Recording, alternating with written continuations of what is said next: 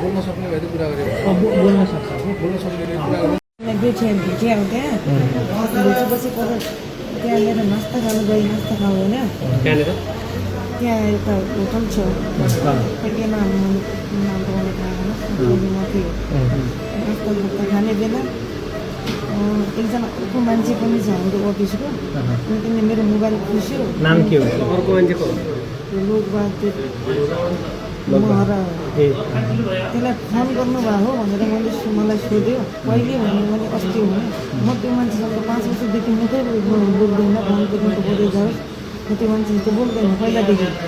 अन्त हाम्रै अफिसको मान्छे त म बोल्दै बोल्दैन उसँग अनि मैले भने नाइ मैले गरेन भनेर भने खै तेरो कल डिटेल हुन्छ भने त्यसले हेऱ्यो अब के हेऱ्यो भेटाएन अनि नागरिकता छ भने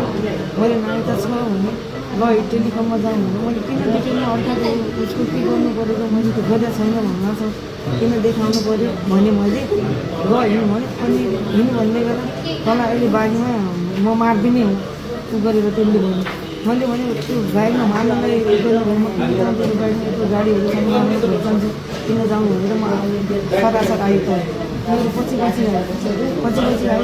गाउँको ल्याइदिन्छु घर माथि म जाँदैन दसैँ माथि मैले जानु पऱ्यो भने मैले म अहिले यहाँ चौकीमा जाने हो मसँग बढी कुरा गऱ्यो भने पुलिससँग म चौकीमा जाने हो मैले भनेपछि त्यो त्यहाँनिर बाइक साइड रोक्यो अनि साइडमा गयो किन चौकीमा जाने मैले के गरेँ त्यस्तो भने मैले किन मेरो पछि आउँदैछ जस्तो अनि म जाँदैन भनेपछि किन आउँदैछ भनेर मैले भन्दाखेरि त्यहाँनिर एउटा इटोसँग आएर पक्काको मेरो गाउँमा पछि मैले हामी बेला यस्तो गरेर त्यो हात नहलाउनु त्यहाँनिर विवाद के पुरानो थियो पुरानो केही थिएन अघि पछि झन् राम्रै सम्बन्ध थियो त्यस्तो विवाद पनि केही थिएन पैसा लेनदेन चाहिँ म ब्याज पैसा दिन्थेँ त्यहाँको अस्ति त्यो भाइ अनि एउटा बहिनीको ज्वाइँ चाहिँ म जानुभएको थियो जापान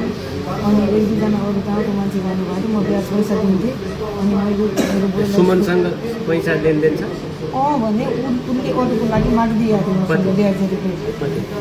1000 रुपियाँ कम्ती 1500 राखेको जति छ 1000 रुपियाँ लिनुपर्ने भनेपछि म आएँ मेरो सानो घर छ त्यो झोपडीको घर 3को त्यहीँ कुर्चौँ पछि त्यो त्यहाँ क्वार्टरमा बस्छ भवनमा मैले भने मेरो भित्र 6-7 तोला सुन छ अनि मलाई यो त्यो क्वार्टरको एउटा घरमा छोडेर जान्छ अनि चाबी चाहिँ मैले दिनुपर्छ भने ल ठिक छ छोडेर जाऊ भने त्यसो क्वार्टरमा मैले 6-7 तोला जति सुन छोडेर आइरहेको छ त्यो अफिसको भित्र छ कि नयाँ भवन बनाएको छ अनि पक्की छ मेरो घर त्यही माथि छ 3 सेटमा अब उहाँ चोरहरू गर्छ झोलामा बोकेर म ल्याएन पोखरा इक्जाम दिनु जाने हो भने म ल्याएन तपाईँ कहिले आउनु भएको छ म हिजो आएँ हो अनि अरू त्यति छ लिनु अनि त्यति सुमन कहिले त्यो पनि हिजै आयो अनि सँगै आउनु भयो त्यहाँसम्म सँगै आएँ हौ पर डन्जरासम्म त्यसपछि अलग आएँ हौ अनि खै किन हामी त्यसले मलाई थाहा पाएन मैले उसलाई फोन पनि गरेको छैन कि मान्छेसँग 5 बजीदेखि म फोन गरेँ सुमनले त्यो अर्को बोकेन्द्रलाई फोन गरे हो भनेर विवाद गरे हो त्यो मलाई भन्छ फोन गरे भनेर मलाई भन्यो भनेर भन्छ मेरो सामने सोध्न मैले फोन गरेँ मैले किन गरेँ त्योसँग मैले किन फोन गरेँ भने त्यसैको मान्छे किन त्योसँग बोल्या भनेर त्यो भन्थ्यो मैले त गरेकै छैन त्यसको नम्बरै छैन त्यो पनि कोटीको शास्त्र चौकीमै काम गर्ने शास्त्री चौकीमै काम गर्ने त्यो पनि खायो तपाईँ करारको म करार म माथि